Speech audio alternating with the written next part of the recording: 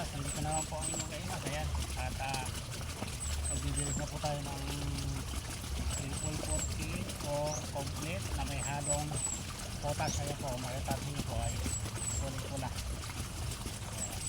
Hinalo ko na po ito kahapon para po luto na ngayon.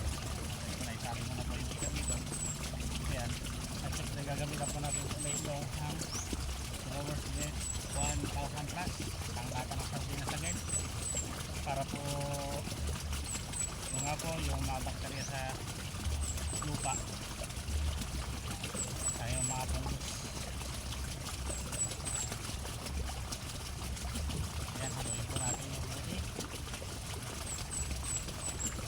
Saka ngayon po mga kaimas, ang nilin po nito ay isang cup noodles na lang na ang ilalagay natin sa bawat isang puno ng ating mga kamatis.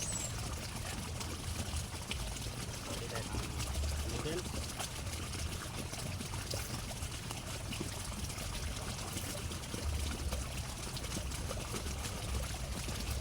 Ito po mga kaimas, isang cup noodle sa bawat isang puno ng kamatis. Ayan.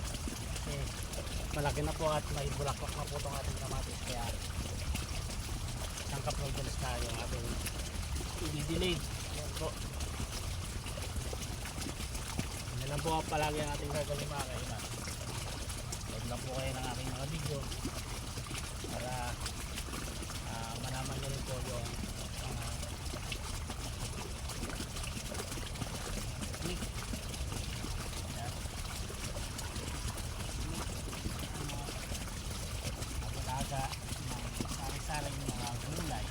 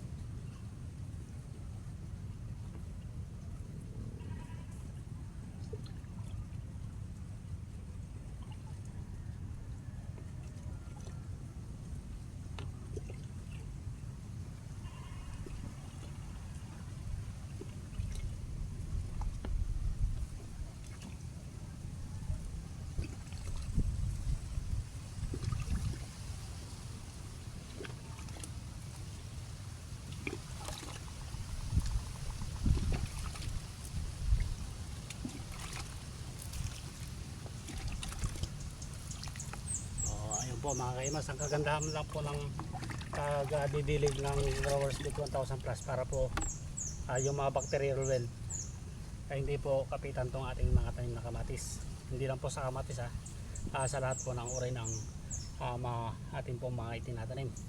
Tsaka isa pa po, maganda po pagka in-spray natin itong Growers Net 1000 plus, yung mga bulaklak niya na yan ay hindi po maglalagas o malalaglag. So ayun po yung isa po ang kagandahan ng Growers Net 1000 plus, at papatibayin niya po yung kapit ng bulaklak at na magiging bunga. Tsaka po yung mga bunga ay mapipintog, malalaki. So ayun, sana po ipatuloy niyo po akong subaybayan at suportahan dito sa aking ginagawa na mga mumunting mga vlog at mga tips. So ayun, hanggang dito na lamang pong muli mga kaimas. Hanggang sa muli.